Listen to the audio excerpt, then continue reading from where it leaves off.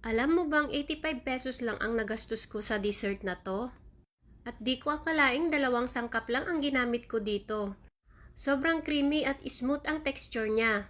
Gagamit lang naman tayo dito ng 3 sachet ng Milo powder, then 1 can ng creme densada. Ito lang yung ating mga sangkap. Tara, umpisahan na natin. Sa malinis na bowl, ilagay na natin yung ating creme densada na na-chill na natin ng overnight. Mas maganda po kung chilled yung ating gagamitin. Pwede rin naman kayong gumamit dito ng Nestle cream, pero mas recommend ko ito kasi 2-in-1 na siya.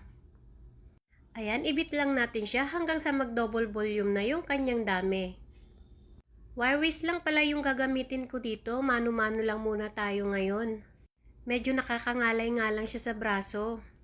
Ayan, kapag nag-double volume na siya, ilagay na natin yung 1 sachet ng Milo powder.